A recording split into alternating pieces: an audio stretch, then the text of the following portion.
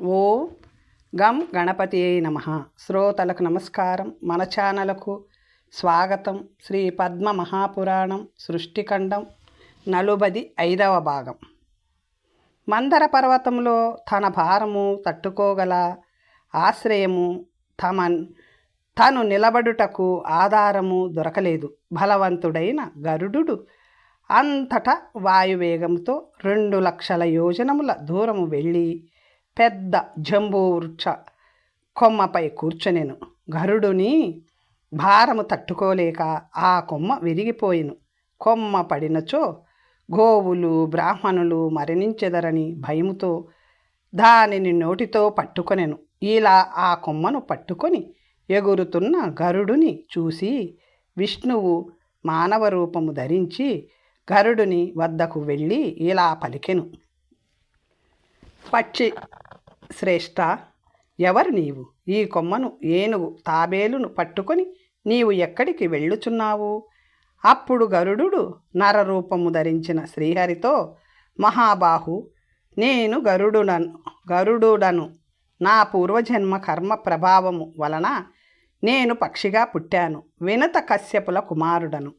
నేను పట్టుకున్న ఈ 2 జీవులను చూడండి.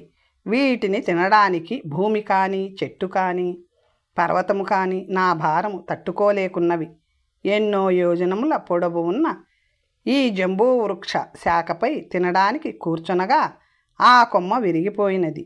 ఆ కొమ్మను పట్టుకొని నేను అంతటా తిరుగుచున్నాను. అనేక కోట్ల గోవులు బ్రాహ్మణులు మరణింతురన్న భయము నాలో కలిగినది. నేను ఏమి చేయవలేను? ఎలా చేయవలేను? నా వేగమును తట్టుకోగల వారెవ్వరు అని పలుకగా శ్రీహరి నా చేతులపై కూర్చుని, నీవు ఈ ఏనుగును తాబేలును తిను అని పలికెను. గరుడు ఇలా పలికెను, సముద్రములు పర్వతరాజములు నాకు ఆధారము కాలేదు. మరి నాలాంటి బలమైన ప్రాణిని మీరు ఎలా తట్టుకొందురు? నారాయణుడు తప్ప అన్యులెవరు నాకు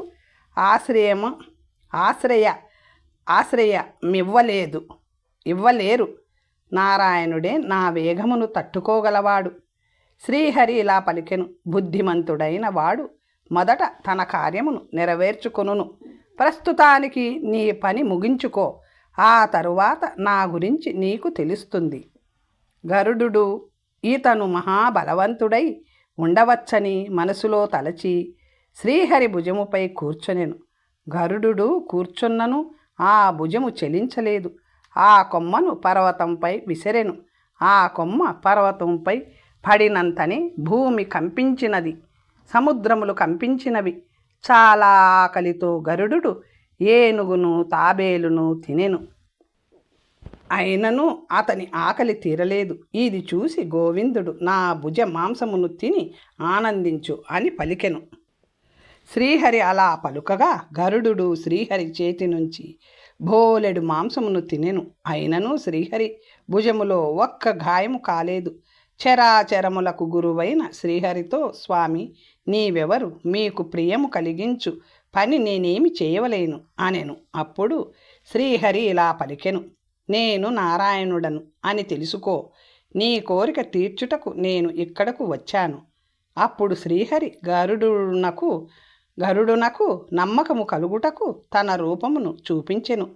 పీతాంబరధారుడు, నల్లని మేఘఛాయ కలవాడు, 4 భుజములు కలవాడు, శంఖు చక్ర గదా పద్మధరుడు, దేవదేవుడు అయిన నారాయణుని దర్శించి నమస్కరించి, స్వామి, నేను మీకు చేయగల సేవ ఏమిటి అని గరుడు అడిగెను. మహాతేజోవంతుడు దేవదేవుడైన నారాయణుడు, నీవు నాకు వాహనము కమ్ము అని పలికెను. పక్షిరాజు నమస్కరించి, ఓ దేవదేవ, నేను ధన్యుడను. నీ దర్శనముతో నా జన్మ సఫలమైనది. నా తల్లిదండ్రులతో చెప్పి వారి ఆజ్ఞ తీసుకొని నీ వద్దకు వచ్చెదను. విష్ణువు సంతోషించి, గరుడా, నీవు జరామరణములు లేనివాడవు కమ్ము. నీకు ఏ జీవి వలనను మరణము సంభవించదు. నీ కార్యములు నీ బలము నాతో సమానముగా ఉండును. నీవు అంతటా సంచరించగలుగుదువు. నీవు మనసులో కోరినవన్నీ పొందెదవు. నీవు కోరిన నీకు నచ్చిన ఆహారం నీకు లభిస్తుంది. నీ తల్లిని కష్టము నుండి విముక్తురాలిని చేసెదవు అని పలికి అంతర్ధానమయ్యెను. గరుడు తండ్రి వద్దకు వెళ్ళి జరిగినదంతా చెప్పెను. కశ్యపుడు ఎంతో సంతోషించి, పక్షిశ్రేష్ఠ, నీ వంటి పుత్రుని పొందిన నేను ధన్యుడను. నీ తల్లి ధన్యురాలు. ఈ కులము, ఈ క్షేత్రము అందరూ ధన్యము. ఎవరి ఇంటిలో విష్ణు భక్తుడైన పుత్రుడు పుట్టునో అతడు కోటి కులములను ఉద్ధరించి విష్ణువును పొందును.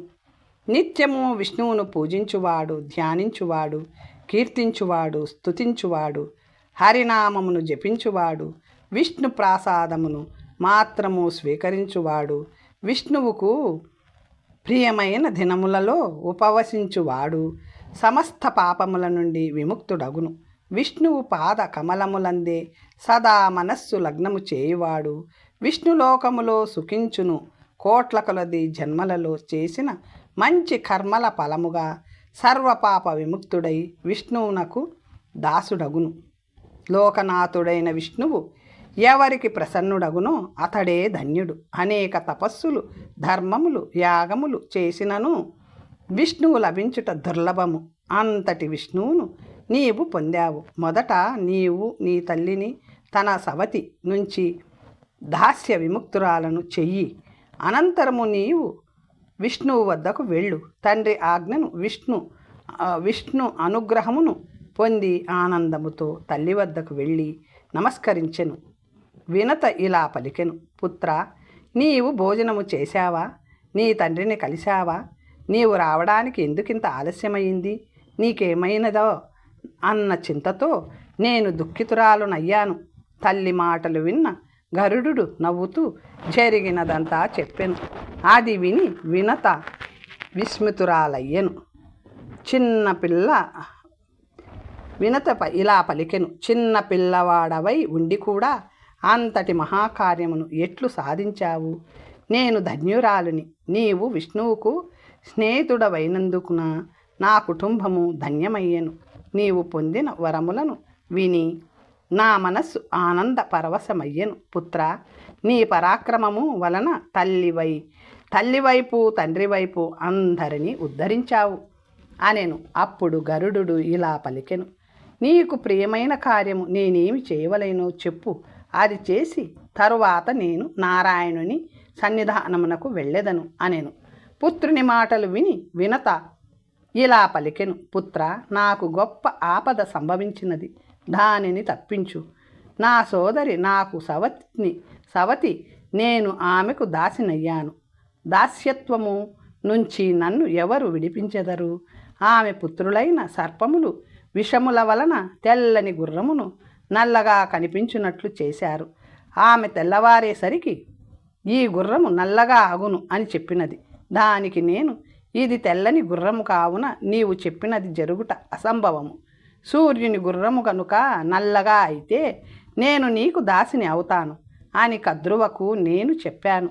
ఆమె తన పుత్రుల ద్వారా తెల్లని గుర్రమును నల్లగా ఆగునట్లు చేసెను. నేను ఆమెకు దాసినయ్యాను. ఆమె కోరిన ద్రవ్యమును ఇచ్చి, ఎప్పుడు నేను ఆమెకు ఇచ్చిన దాస్యత్వము నుంచి విముక్తి పొందెదను అనెను. అప్పుడు గరుడు ఇలా పలికెను. అమ్మ, ఆమెకు ఏమి కావలయునో అడుగు, వెంటనే దానిని తెస్తాను. ఆ సర్పములన్నింటినీ తినివేస్తాను. ఇదే నా ప్రతిజ్ఞ అనెను. అనంతరము వినత, నేను దాస్యము నుండి విముక్తి పొందుటకు నీకేమి కావాలి అని కద్రువని అడిగెను. అంతటా ఆ దురాచారురాలు, నాకు అమృతమును తెచ్చి ఇవ్వు అని పలుకగా వినత ముఖము చిన్నబోయెను. దుఃఖముతో మెల్లగా పుత్రుని వద్దకు వెళ్ళి ఆ దుష్టురాలు అమృతమును అడుగుతుంది. ఇప్పుడు ఏమి చేసేదవు అని గరుడుని అడిగెను. ఆ మాటలు విన్న గరుడు కోపముతో, అమ్మ, అమృతమును తప్పక తెచ్చి ఇచ్చేదను, నీవు బాధపడవద్దు అని చెప్పి వెంటనే తండ్రి వద్దకు వెళ్ళి, తండ్రి, అమ్మ కోసము నేను అమృతమును తీసుకొని వచ్చేదను.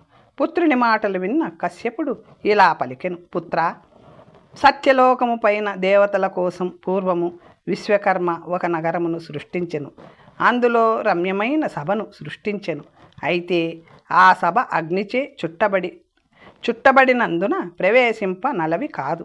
దానిని రక్షించుటకు బలిష్ఠుడైన ఒక దేవతలు సృష్టించిరి. అతనిని చూసినవాడు తక్షణమే బూడిద అగును అని పలికెను. అప్పుడు గరుడు ఇలా పలికెను: ఓ మునిశ్రేష్ఠ, నారాయణుని ద్వారా నేను వరమును పొందాను. అందువలన నాకు సురాసుర గణముల నుంచి భయం లేదు. ఇలా పలికిన గరుడు నోటిలో సముద్రపు నీటిని నింపుకొని ఆకాశ మార్గములో బయలుదేరెను. రెక్కల గాలికి ధూళి చెలరేగి అలాగే క్రింద పడినది, కానీ గరుడుని అంటలేదు. అక్కడికి వెళ్ళి మండుచున్న అగ్నిపై నోటిలో ఉన్న నీటిని వేసి మంటలను ఆర్పెను. అందులో నుంచి వచ్చిన పొగ ఆ సభకు కాపలా కాయిచున్న దేవత కంటిలో ప్రవేశించి ఏమీ కనిపించకుండా ఉండెను. అప్పుడు గరుడు లోనికి ప్రవేశించి అక్కడ కాపలా వాళ్లను వధించి అమృత భాండమును తీసుకొని బయలుదేరెను.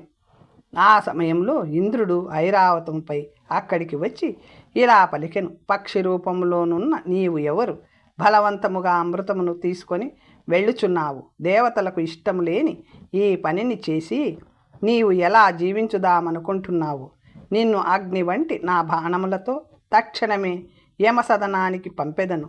ఆ మాటలు విని బలిష్ఠుడైన గరుడు అమృత భాండమును తీసుకువెళ్ళెదను. నీ పరాక్రమమేమిటో చూపించు అని పలికెను. వెంటనే మేఘము మందర పర్వత శిఖరమును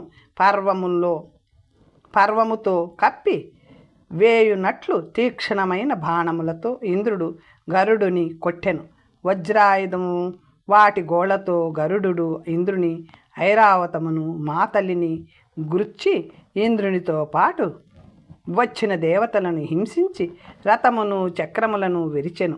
మహాబాహువైన మాతలి ఐరావతము దేవతలు గరుడుని రెక్కల గాలికి వెనుతిరగవలసి వచ్చినది.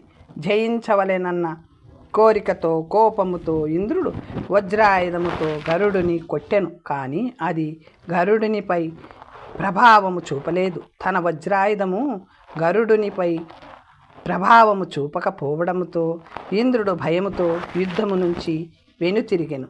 గరుడు వేగముగా బయలుదేరెను. అప్పుడు ఇంద్రుడు తిరిగి దేవగణాలతో వచ్చి ఇలా పలికెను: గరుడా, నీవు ఈ అమృతమును నాగుల తల్లి కద్రువకు ఇచ్చినతో ఆ అమృతము నాగులను అమరులుగా చేయును. నీ ప్రతిజ్ఞ నిష్ఫలమవుతుంది. అందువలన నీ సమ్మతితో నేను ఈ అమృత భాండమును తీసుకువెళ్ళెదను అనెను. అప్పుడు గరుడు ఇలా పలికెను: ఇంద్ర, నా తల్లి దాస్య విముక్తురాలు కాగానే ఈ భాండమును నీకు ఇచ్చెదను. తరువాత గరుడు తల్లి వద్దకు వెళ్ళి, అమ్మా, అమృతమును తెచ్చాను, తీసుకువెళ్ళి కద్రువుకు ఇవ్వు. పుత్రుని మాటలు విని వినత హృదయము ఆనందముతో ఉప్పొంగెను. సంతోషముతో కద్రువకు ఇచ్చి తాను దాస్యత్వమును నుండి విముక్తిని పొందెను. అది చూసి తృణము, కాష్టము, భూతములు, దేవతలు, ఋషులు, నాగులు ఆశ్చర్యపడిరి. తల్లిబంధ విముక్తురాలైన పిదప గరుడు స్వతంత్రుడు అయ్యెను. ఇంతలో ఇంద్రుడు కద్రువకు కనిపించకుండా అమృత భాండమును తీసుకొని విషభాండమును అక్కడ ఉంచెను. ఈ విషయము తెలియని కద్రువ పిల్లలనందరినీ పిలిచి గొప్ప ఆనందము నిండిన మనస్సుతో అమృతమని భావించిన విషమును ఒక్కొక్కరి నోటిలో వేస్తూ ఇలా పలికెను: ఈ దివ్య బిందువులు మీలోను మీ వంశంలోనూ ఉండునుగాక. వారు కూడా ఆనందంతో వాటిని త్రాగిరి. ఋషి సత్తములు, దేవతలు, సిద్ధులు, గంధర్వులు, మనుషులు ఆమెతో ఇలా పలికిరి: తల్లి, మా అనుగ్రహము వలన మీ వంశములో ఈ బిందువులు సదా ఉండునుగాక అని పలికిరి. నాగులు కూడా అలాగే అని పలికిరి. ఇంతలో గరుడు బలవంతముగా పాములన్నింటినీ తినిచుండెను. మిగిలిన పాములు భయముతో అన్ని దిక్కులలో పారిపోయెను. పర్వతములు, సముద్రములు, రంధ్రములు, చెట్ల తొర్రలలోనూ పొదలలోనూ దాగుకొనినవి. గరుడునకు విధి సృష్టించిన ప్రియమైన ఆహారము పాములు. తరువాత గరుడు దేవతలను పూజించి శ్రీహరిని చేరెను. ఈ గరుడ చరిత్రను విన్నవారు, చదివినవారు పాప విముక్తులై స్వర్గములో గౌరవింపబడుదురు. గోమహత్యము. బ్రహ్మ ఇలా పలికెను: చండాలుల మధ్యలో చేరిన ఆ బ్రాహ్మణుడు గొప్ప దుఃఖముతో అనేక విధములుగా దుఃఖించుచు కశ్యపుని వద్దకు వెళ్ళి ఇలా పలికెను. ఓ మునిశ్రేష్ఠ, నాకు హితకరమైన బోధనలు చెయ్యి. నేను పాప విముక్తుడనగునట్లు చెయ్యు. తేజోవంతుడైన కశ్యపుడు ఇలా పలికెను. మ్లేచ్చులను చూసి నీవే వైరాగ్యమును పొందావు, శాంతుడవయ్యావు. హరికి ప్రియమైన దినములందు ఉపవసించి గాయత్రి మంత్రమును ఇతర మంత్రములను పఠించుచు చాంద్రాయనాది వ్రతములను ఆచరించు. సదా శ్రీహరిని స్మరించు, ధ్యానించు. తీర్థస్నానము వలనను మంత్రములను జపించుట వలనను పాప విముక్తుడవయ్యదవు. పాపములు నశించుట వలన నీవు బ్రాహ్మణత్వమును పొందెదవు, మోక్షమును కూడా పొందెదవు. కశ్యపుని మాటలు విన్న బ్రాహ్మణుడు సంతృప్తి చెంది అలాగే ఆచరించి బ్రాహ్మణత్వమును పొందెను. అనంతరము ఉగ్రమైన తపమును ఆచరించి స్వర్గమును పొందెను. సత్ప్రవర్తన వలన మానవుని పాపము ప్రతిదినము చేయించును. దురాచారుడైన వాని పుణ్యము అనుదినము క్షీణించును. దురాచారి అయిన బ్రాహ్మణునకు అన్నియు నశించును. సదాచారుడైన వాడు స్వర్గమును పొందును. అందువలన బ్రాహ్మణుడు దేహమును విడుచు సమయములో కూడా మనసా వాచ కర్మణ ఎన్నడు సదాచారమును విడవరాదు. కశ్యపుని ఉపదేశము వలన వినయము పొంది పుణ్యము నాచరించి స్వర్గమును పొందెను. ఆచారము లేని బ్రాహ్మణుడు నశించును. స్వర్గము నుండి గర్వితుడగును. సదాచారుడైన వాడు స్వర్గములో గౌరవింపబడును. నారదుడు ఇలా పలికెను. బ్రాహ్మణులను పూజించువారు స్వర్గమును పొందుదురు. బ్రాహ్మణులను హింసించువారు పొందుగతి ఏమిటి? బ్రహ్మ ఇలా పలికెను. ఆకలిగొన్న బ్రాహ్మణుని మానవుడు తన శక్త్యానుసారము పూజించనిచో అతడు నరకమునకు వెళ్ళును. క్రూరమైన మాటలతో కోపముతో బ్రాహ్మణుని తరిమివేసినచో మహారౌరవాది భయంకరమైన నరకములను పొందును. ఆ నరకము నుంచి వచ్చిన పిదప కీటకాది నీచ జన్మలు ఎత్తుదురు. ఆ తరువాత వ్యాధిగ్రస్తుడు బీదవాడు అయి ఆకలిచే పీడింపబడును. అందువలన ఇంటికి వచ్చిన బ్రాహ్మణుని ఎన్నడూ అవమానించరాదు. అగ్నికి బ్రాహ్మణులకు దేవతలకు ఇవ్వను అని చెప్పువాడు 100 కొలది జంతు జన్మలని నెత్తి తరువాత చండాలుడగును. బ్రాహ్మణుని గోవుని గురువును తన్నువాడు రౌరవ నరకములో పడును. దానికి పరిహారము లేదు. ఏదైనా పుణ్యవశమున మానవ జన్మను పొందినచో కుంటివాడై జన్మించును. దీనుడై విషాదగ్రస్తుడై దుఃఖితుడగును. ఈ విధముగా 3 జన్మలనెత్తును. ఆ తరువాత పాపము నుండి విముక్తిని పొందవచ్చును. ముష్టితోనూ మోచేతులతోనూ చేతులతోనూ బ్రాహ్మణుని కొట్టువాడు కల్పకాలము రగులుచున్న రౌరవ నరకమునకు వెళ్ళును. ఆ తరువాత కుక్క జన్మనెత్తి తరువాత క్షుద్బాధయుతుడైన మానవ జన్మనెత్తును. బ్రాహ్మణునిపై కాలెత్తువానికి బోధకాలు వ్యాధి వచ్చును. అటువంటి వాడు కుంటివాడు, పొట్టివాడు, కాలు కత్తరింపబడినవాడు, పక్షవాతము వలన కాలు పోయినవాడు అగును. గురుకులము నుంచి వచ్చిన బ్రాహ్మణుని కోపముతో తల్లిదండ్రులను కొట్టువాడు బహుకాలము కుంభీపాక నరకమునకు వెళ్ళును. ఆ తరువాత కీటకాది జన్మలనెత్తును. బ్రాహ్మణులతో విరుద్ధముగా లేక పరుషముగా మాట్లాడువాడు 8 రకాల కుష్ఠవ్యాధులచే పీడింపబడును. వీటికి ఔషధమును ఉపయోగించిన పాపము వలన పుణ్యము నాశనమగును. నీటిపై గీసిన గీత వలె పాపము వలన అతడు నశించును. 8 రకాల కుష్ఠవ్యాధులలో 3 మహాకుష్ఠు రోగములు, అవి కాలకుష్ఠ, శుక్లకుష్ఠ, తరుణకుష్ఠ అనునవి. మహాపాతకుల శరీరంపై మహాపాపము వలన ఇవి వచ్చును. వీరిలో సంపర్కము వలన మానవులకు ఈ వ్యాధి వచ్చును. బుధుడైన వాడు వారితో దూరముగా ఉండవలేను. వారిని ముట్టినచో స్నానము చేయవలేను. అలాగే పతితుడు, చండాలుడు, గోమాంసము భక్షకుడు, సునక మాంసమును తినువాడు, రజస్వల, బిల్లుడు వీరిని ముట్టినను స్నానము చేయవలేను. పాపములకు తగినట్లు ఇహ పరములలో వ్యాధులు వచ్చును, సందేహము లేదు. న్యాయముగా సంపాదించినవి బ్రాహ్మణుని ధనమును అపహరించువాడు అక్షయమైన నరకమును పొందును. బ్రాహ్మణులలో దోషములను నెంచువాడు బ్రాహ్మణులపై చాడీలు చెప్పు వాణిని చూచు వాడు ముట్టువాడు ఉన్న ఫలముగా స్నానము చేయవలేను. న్యాసముగా ఉంచిన బ్రాహ్మణుని సొత్తును అపహరించువాడు 7 తరములను దహించును. బ్రాహ్మణుల ధనమును బలవంతముగా లాక్కొని అనుభవించువాడు 10 తరముల ముందు 10 తరముల వెనుక వారిని దహించును. విషము నిజమైన విషము కాదు, బ్రాహ్మణుని ధనము నిజమైన విషము. ఎందుకంటే విషము ఒక్కనినే చంపును, కానీ బ్రాహ్మణుని ధనము తరతరాలని చంపును. అజ్ఞానముతో తల్లితోనూ బ్రాహ్మణ స్త్రీతోనూ గురుపత్నితోనూ మైథునము చేయువాడు రౌరవ నరకమును పొందును. అందులో నుంచి బయటపడుట కష్టం. అతని పితృదేవతలు కుంభీపాకము, తపన, అవీచి, కాలసూత్ర, మహారౌరవము, రౌరవము అను నరకములలో పడుదురు. వారికి విముక్తి లభించదు. బ్రాహ్మణుని చంపువాడు శాశ్వత నరకమును పొందును. అతని బంధువులు కూడా రౌరవ నరకమును వెళ్ళుదురు. నారదుడు ఇలా పలికెను: బ్రహ్మహత్య దోషము బ్రాహ్మణులందరినీ అందరి విషయములోనూ సమానమేనా, లేక వ్యత్యాసమున్నదా అనెను. అప్పుడు బ్రహ్మ ఇలా పలికెను: పుత్ర, బ్రాహ్మణుని చంపుట వలన బ్రహ్మహత్యా దోషము తప్పక కలుగును. అయితే ఆ దోషములలోనున్న వ్యత్యాసమును ఇప్పుడు నీకు చెప్పెదను, విను. వేదశాస్త్రములను అభ్యసించిన వాడు జితేంద్రియుడు అయిన బ్రాహ్మణుని చంపినచో 1000,00,000,000,000 బ్రాహ్మణులను చంపిన దోషము కలుగును. విష్ణుభక్తిని వధించినచో అంతకు 10 దోషము సంభవించును. తన కులము వారు పతితులగుదురు. అతనికి శాశ్వత నరకము లభించును. 3 వేదాలలో నిష్ఠాతుడైన బ్రాహ్మణుని చంపువాని పాపమునకు అంతము లేదు. సదాచారుడు శ్రోత్రియుడు తీర్థస్నానముల వలన పునీతుడైన బ్రాహ్మణుని చంపువాని ప్రాణములు విడిచినచో అపకారములు చేసిన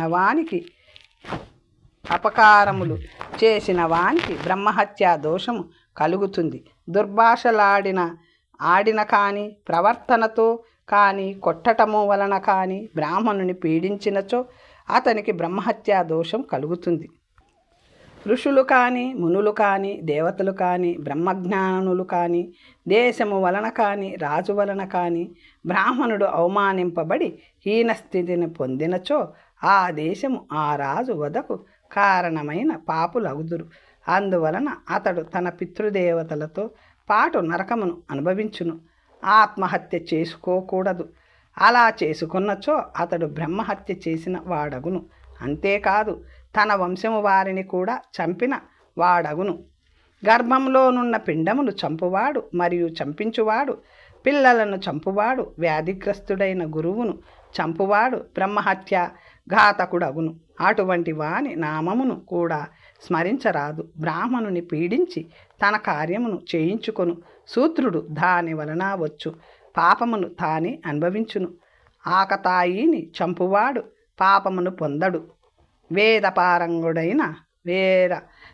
పారంగతుడైన బ్రాహ్మణుడైనను ఆకతాయి అయినచో అతనిని చంపుట వలన దోషము లేదు. అలాగే చంపడానికి వచ్చే వానిని చంపుట వలన దోషము కలుగదు. ఇంటికి నిప్పు పెట్టువాడు, విషమును ఇచ్చువాడు, ఇతరుల ధనమును అపహరించువాడు, నిద్రించుచున్న వానిని చంపువాడు, ఇతరుల పొలములను భూమిని అపహరించువాడు, ఇతరుల భార్యను అపహరించువాడు, ఈ 6 ఆకతాయిలు.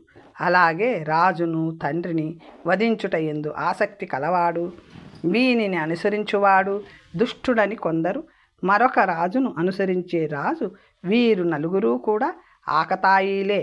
బ్రాహ్మణుని అనేక విధములుగా చంపువాడు పాపి అగును. పూజనీయుడు జగద్గురువు అయిన లోకములో బ్రాహ్మణునకు సమానుడైన వాడు లేడు. అందువలన అతనిని వధించుట కంటే మహాపాపము మరొకటి లేదు. దేవతల గణముల చేతను అసుర గణముల చేతను దేవుని వలెను పూజనీయుడు బ్రాహ్మణునకు సమానుడైన వాడు ఈ లోకములో లేనే లేడు. ఇది నిశ్చయము. నారదుడు ఇలా పలికెను: పుణ్యవంతుడైన బ్రాహ్మణుడు ఏ వృత్తిలో జీవించవలెను దయచేసి చెప్పవలేను అనెను. అప్పుడు బ్రహ్మదేవుడు ఇలా పలికెను: యాచించకుండా లభించిన భిక్ష ఉత్తమమైనది.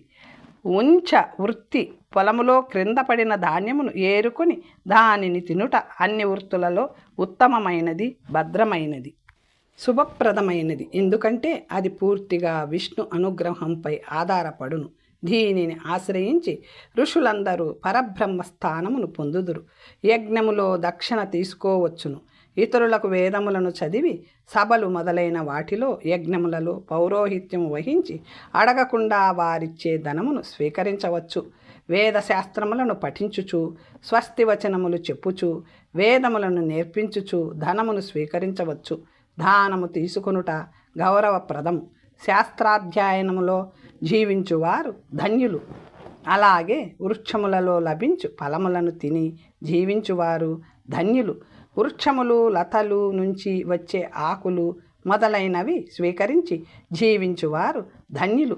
అలాగే మార్గమునకు ఇరుపక్కల ఉన్న సస్యములను స్వీకరించువారు ధన్యులు. ఆహారము కోసం జీవులను చంపుట పాపం. ఆ పాప పరిహారము కోసం మంచి ధాన్యములను బ్రాహ్మణునకు దానము ఇవ్వవలేను.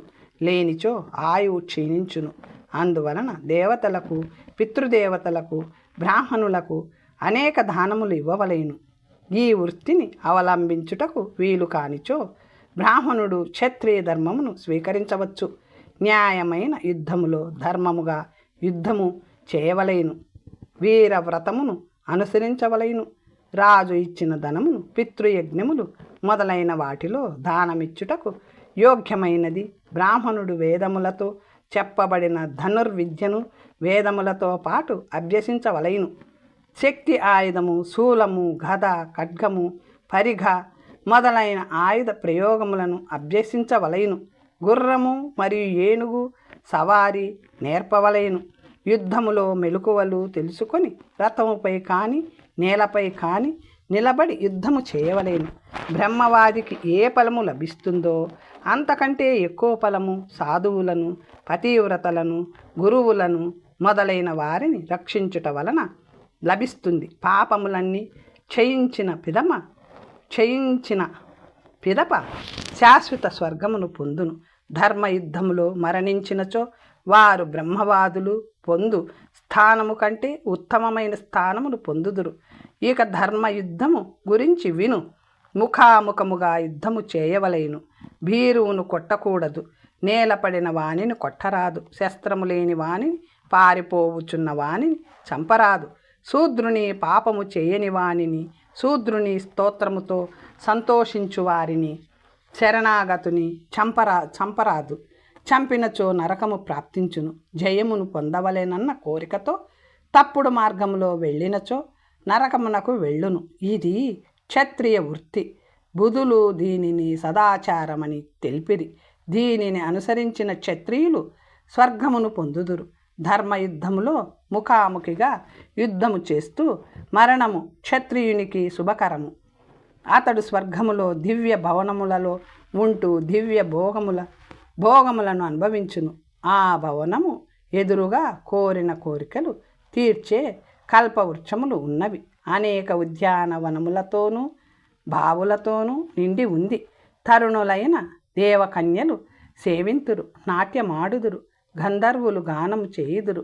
ఈ విధముగా కల్పాంతము వరకు సార్వభౌముడై సర్వభోగములను అనుభవించును. రోగహీనుడై మన్మధుని వలె సుందర రూపము కలిగి ఉండును. అతని భార్యలు కూడా రూపవతులు, యవ్వనవతులు అయి ఉందురు. అతని పుత్రులు ధర్మాత్ములు, శుచివంతులు, భాగ్యవంతులు, అనుకూలురు అయి ఉందురు. ఉత్తమ క్షత్రియులు ఈ విధముగా 7 జన్మల వరకు భోగములను అనుభవింతురు. అధర్మ యుద్ధము చేయువారు బహుకాలము నరకమును అనుభవింతురు. ఈ విధముగా బ్రాహ్మణులు, వైశ్యులు, శూద్రులు, అధములు, మ్లేచ్ఛులు క్షత్రియ జీవనము చేయవచ్చును. అందరూ కూడా ధర్మయుద్ధము చేసినచో ఉత్తమ గతిని పొందుదురు. బ్రాహ్మణుడు వీరుడు కానిచో, శస్త్రాస్త్రముల ప్రయోగము తెలియనిచో కష్టకాలములో వైశ్య ధర్మమును అవలంబించవచ్చు. మిగిలిన వారు కూడా అలాగే వైశ్య జీవనము చేయవచ్చు, వ్యాపారము చేయవచ్చును. వ్యాపారము న్యాయముగా చేయవలేను. లాభము కోసం అన్యాయముగా వ్యాపారము చేసినచో అధోగతిని పొందును. వైశ్య వృత్తిని అవలంబించిన పిదప దక్షిణ తీసుకోరాదు. దాని వలన అతనికి శుభము కలుగును. ఈ విధముగా జీవనము చేస్తూ బ్రాహ్మణునకు దానము చేయవలేను. పితృయజ్ఞములను అగ్నిహోత్రములు విడువరాదు. తప్పుడు తూకము చేసినచో ధర్మము నశించును, నరకప్రాప్తి కలుగును. తూకము చేయని పదార్థములను విక్రయించినప్పుడు కూడా అన్యాయము చేయరాదు. అలా చేయుట వలన పాపము కలుగును. సత్యము కంటే ఉత్తమమైన ధర్మము, అసత్యము కంటే గొప్ప పాపము లేదు. అందువలన చేసే ప్రతి పనిలోనూ సత్యమును అవలంబించవలేను. సత్యమును 1000 అశ్వమేధ యాగములను తూచి చూచినచో సత్యమే మొగ్గు చూపించినది. సదా సత్యము పలుకువాడు శాశ్వత స్వర్గమును పొందును. వైశ్య వృత్తిని అవలంబించిన బ్రాహ్మణుడు ఎన్నడూ సత్యమును విడవరాదు. తనకు వచ్చిన లాభమును కొంత యోగ్యులైన వారికి దానమియ్యవలేను. మిగిలినది తాను అనుభవించవచ్చును. కష్టపడి సంపాదించిన ధనము 1000 రెట్లు అధిక ఫలమును ఇచ్చును. మానవులు ధన సంపాదన కోసము అతి కష్టమైనను నీటిలో ప్రవేశింతురు, సముద్ర మార్గంలో వెళ్ళుదురు. క్రూర మృగములు సంచరించే వనములందు, దుర్గమమైన గుహలయందు, ఆయుధములను ధరించిన మ్లేచ్చుల ఇండ్లలోనూ ప్రవేశింతురు. ధనము మీది ఆశతో భార్యలను, పిల్లలను, ఇంటిని వదిలి వెళ్ళుదురు. మరికొందరు డబ్బు సంపాదించుటకు బరువులనెత్తుదురు, పడవ నడుపుదురు. ఈ విధముగా ప్రాణములకు తెగించి గొప్ప దుఃఖమును అనుభవించుచు ధనమును సంపాదింతురు. పుత్ర, మానవులకు ధనము ప్రాణము కంటే ప్రియమైనది. తరువాత కథ వచ్చే భాగంలో తెలుసుకుందాం. నమస్తే.